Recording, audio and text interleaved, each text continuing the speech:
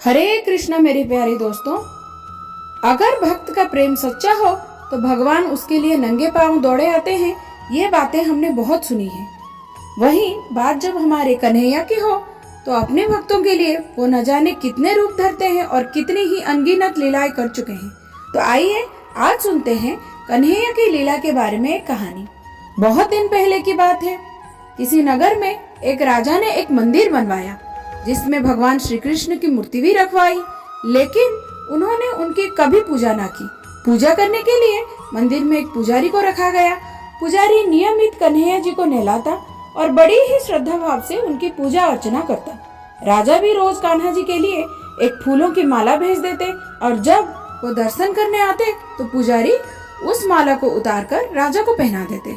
ऐसा करते करते पुजारी की भी उम्र बीत चुकी थी। एक दिन किसी वजह से राजा मंदिर में नहीं आ सके तो उन्होंने एक सेवक के हाथों मंदिर में माला पहुंचा दी और ये खबर भी भिजवा दिया कि वो आज मंदिर नहीं आ सकते, इसीलिए पुजारी उनके इंतजार ना करें।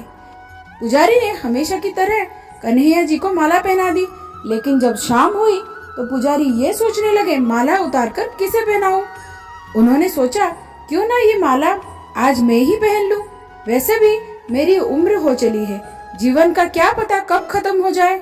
इतना सोचकर पुजारी ने माला उतारकर अपने ही गले में डाल ली। लेकिन इतने में ही सेवक आ गया और उसने ये बताया कि राजा की सवारी कुछ ही देर में मंदिर में पहुंचने वाली है।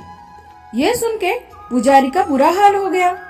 उन्होंने ये सोचा कि अगर राजा को पता चला माला मैंने पहन ली थी तो मेरा मरना तो तय है।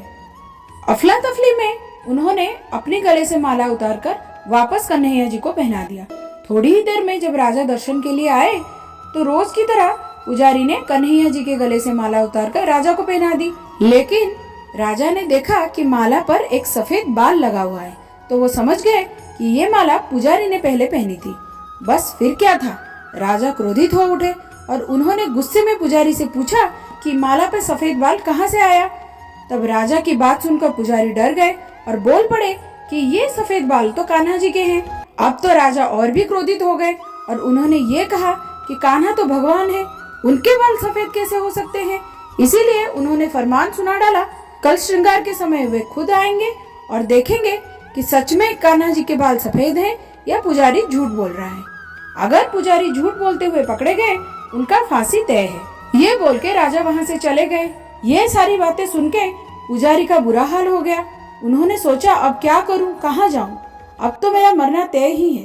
तो वो रोते रोते भगवान कृष्ण की शरण में जा पहुंचे और उनसे कहा कि हे भगवान, मुझसे बहुत बड़ी गलती हो गई, पर हो सके तो मुझे क्षमा कर दीजिए और राजा से मेरी प्राणों की रक्षा कीजिए। आपकी सेवा करते करते मैं वृद्ध हो चुका हूँ, अब आप मुझे माफ कर दीजिए और मैं वादा करता हूँ ऐसा गलती मुझसे दोबारा कभी नहीं होगा। ये कहते कहते पुजारी की कब आंख लग गई उन्हें पता न चली और जब आंख खुली तो सुबह हो चुकी थी। राजा भी मंदिर में पहुंच चुके थे। राजा कहने लगे कि आज कान्हा जी का श्रृंगार मैं खुद करूंगा। ऐसा कहकर राजा ने कान्हा जी का मुकुट उतारा तो देखा कि कृष्ण के सारे बाल ही सफेद हैं, लेकिन राजा को फिर भी यकीन नहीं हुआ।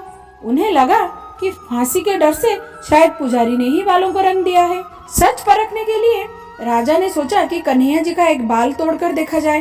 इसके बाद राजा ने सचमुच कान्हा जी का एक बाल तोड़ लिया, लेकिन ये क्या, जैसे ही बाल टूटा कन्हैया की सर से खून की धारा बहने लगी। ये देखकर राजा भगवान के चरणों में गिरकर माफी मांगने लगा। तभी श्री कृष्ण की मूर्ति से आवाज आई, हे राजन, तुमने मुझे केवल मूर्ति मात्र ही समझा, इसीलिए आज से मैं तुम्हारे लिए केवल मूर्ति मात्र ही रहूंगा। लेकिन पुजारी ने सच्चे मन और पूरी श्रद्धा से मेरी भक्ति की है, इसीलिए उसकी अनन्य भक्ति देखकर मुझे अपने बाल सफेद करने पड़े। कन्हैया जी ने कहा कि भक्ति में कभी भी संशय नहीं होना चाहिए और सच्चे भक्त की लाज तो मैं कभी जाने ही नहीं देता। तो दोस्तों, आज की कहानी यही खत्म होती है।